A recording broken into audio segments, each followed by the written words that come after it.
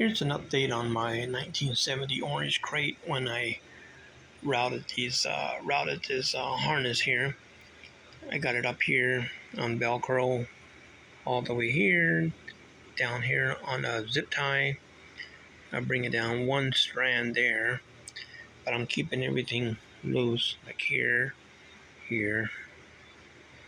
And of course it just dangles around here. It goes this way underneath the shifter, one twirl there, and it's going up to there. So this way it's not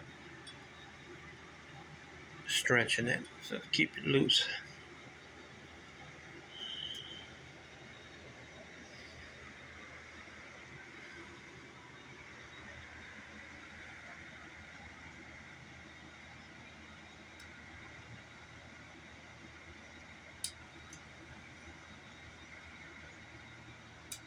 Yep, much better.